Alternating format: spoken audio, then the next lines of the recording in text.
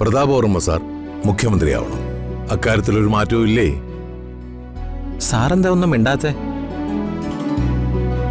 ഇതിനെക്കുറിച്ചുള്ള അഭിപ്രായം ഞാൻ നാളെ നിങ്ങളോട് പറയാം. അതുവരെ മീഡിയയുമായി ഒരു ചർച്ചയും പാടില്ല. മീഡിയ സാറാണ് CM എന്ന് പറഞ്ഞ് വാർത്ത കൊടുത്തു തുടങ്ങി. അത് മീഡിയക്കാരുടെ ഭാവനയല്ലേ? ഇലക്ഷന് ചെറിയ പൊട്ടല് വല്ലതാണോ പൊട്ടിയത്? അല്ല, മുഖ്യമന്ത്രി ദീപക് സാറല്ലേ ഇപ്പൊ വിളിച്ചേ? യാമിനി, കളിയാക്കലുണ്ടല്ലോ. ഇലക്ഷനെ ഞാൻ പ്രതാപന്റെ മുന്നണിയായിരുന്നു. എന്റെ മകൻ പോയി മറ്റൊരു മുന്നണിയിൽ മത്സരിച്ചതിനെ എനിക്കെന്ത് ചെയ്യാൻ പറ്റും? ഒന്ന് നിന്നേ. പ്രതാപവർമ്മ സാറിനെതിരെ മത്സരിച്ച് പൊട്ടിച്ചെതിരിപ്പോയൊരു സ്ഥാനാർത്ഥിയല്ലേ? ഈ വിളറി വെളുത്ത മുഖം ഞങ്ങളൊന്ന് കണ്ടോട്ടെ. അമ്മ മകന്റെയും അനന്തൻപിള്ളയുടെയും മുന്നണിയിലാണെന്ന് ഇവിടെ എല്ലാവർക്കും അറിയാം. പക്ഷേ മുഖ്യമന്ത്രിയുടെ അമ്മയുടെ ക്ലിഫ് ഹൗസ് സ്വപ്നങ്ങൾ മാത്രം മലർപ്പൊടിക്കാരന്റെ സ്വപ്നങ്ങൾ പോലെ ആയിപ്പോയി. പ്രതാപവർമ്മ സാറിനെതിരെ മത്സരിക്കാൻ നടക്കുന്ന ഒരു നേർക്കോലി. സമയം തീരെ ശരിയല്ല, വിട്ടേക്കാം.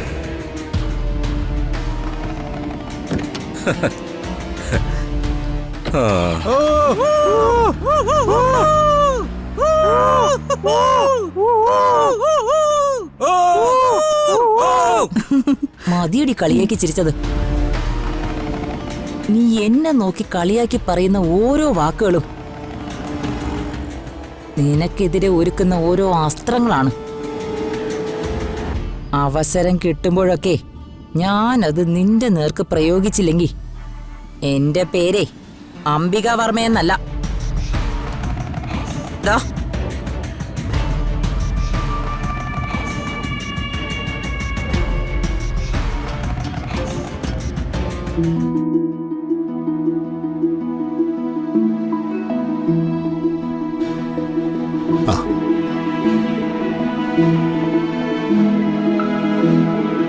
നമസ്കാരം സാർ. ഓ, നമസ്കാരം. ഇരിക്കൂ. എല്ലാവരും വളരെ സന്തോഷത്തിലാണ് സാർ. ഒട്ടും പ്രതീക്ഷിക്കാത്ത ഒരത്ഭുത വിജയമായിരുന്നു നമ്മുടേത്. അതിനെന്തിനാ സാർ സംശയം? അടപടലം നമ്മൾ തൂത്തുകാരിയില്ലേ? വാസ്തവം പറഞ്ഞ പ്രതിപക്ഷമില്ല, 2 സീറ്റല്ലേ ഉള്ളൂ.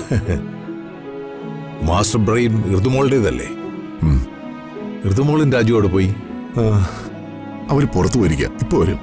പിന്നെ ഇനി നമ്മൾ താമസിക്കുന്ന എന്തിനാ വർമ്മ സാറേ? ജനങ്ങൾ ഒന്നടങ്കമാ അധികാരം നമ്മുടെ കയ്യിലേക്ക് നീട്ടി തന്നിരിക്കുന്നത്. ഉടനെ തന്നെ അനന്തര നടപടികൾ തുടങ്ങണം. സംസ്ഥാന കമ്മിറ്റി കൂടുന്നതിന് മുമ്പ് നമുക്ക് ചില ആശയവിനിമയങ്ങൾ കൂടി നടത്തണം. അതിനാ ഞങ്ങളെല്ലാവരും കൂടി ഇങ്ങോട്ട് വന്നത്. സാർ പറയൂ. സാറ് തന്നെ വർമ്മ സാറിനോട് പറയും. പ്രതാപവർമ്മ സാറിന്റെ നേതൃത്വത്തിലുള്ള ഒരു മന്ത്രിസഭ വരണമെന്നാണ് എല്ലാവരുടെയും അഭിപ്രായം. അത് സാറ് മുഖ്യമന്ത്രി, എത്ര അംഗ മന്ത്രിസഭ വേണമെന്നും ആരൊക്കെ മന്ത്രിസഭയിൽ ഉണ്ടാകണമെന്നും തീരുമാനിക്കേണ്ടതും CM-ന്റെ നേതൃത്വത്തിലാണല്ലോ. നമ്മുടെ കൂടെ അങ്ങനെ അധികാരമോഹികൾ അധികം പേരില്ല. അതുകൊണ്ട് തന്നെ തീരുമാനം ഐക്യകണ്ഠേനായിരിക്കും.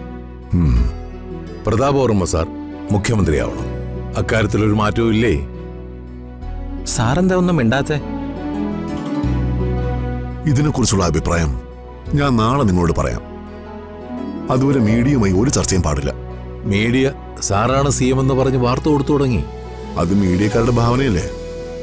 അവരങ്ങനെയാണല്ലോ. ഭാവനാവിലാസം ഏറെയുള്ള സർഗപ്രതിഭകളല്ലേ? അവര് ഭാവനകൾ വിരിയിച്ചോട്ടെ. പക്ഷെ ഞങ്ങളുടെ താല്പര്യങ്ങൾ സാർ സത്യമാക്കി തരണം.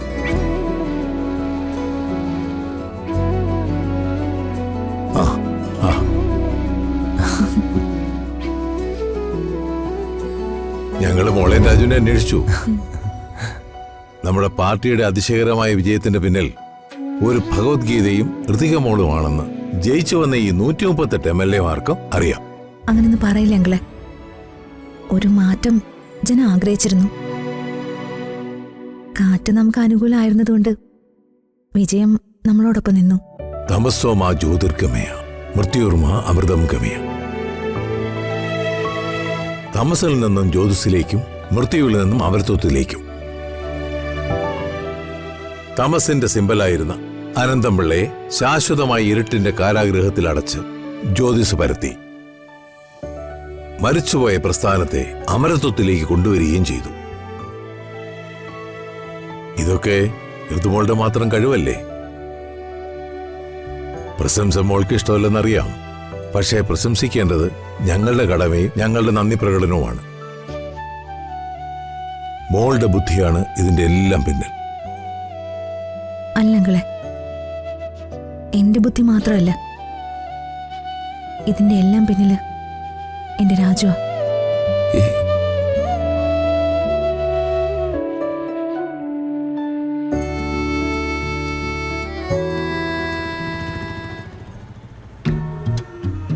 എമ്പ്രാൻ അല്പം കട്ടുമുടിച്ചാൽ അമ്പലവാസികളൊക്കെ കക്കും എന്നാണ് പുരാണം. അതിന് എമ്പ്രാനായ അനന്തംപിള്ള നല്ലോല കട്ട് കള്ളപ്പണ മുഴുവൻ ഇലക്ഷന് വേണ്ടി ഒഴുക്കി.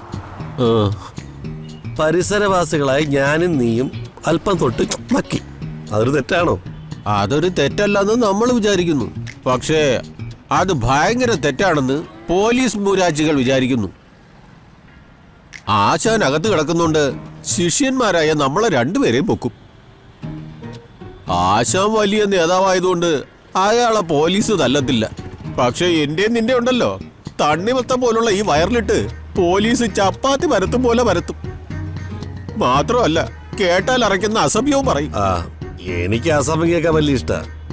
നീ പിന്നെ മനുഷ്യജന്മമല്ലല്ലോ.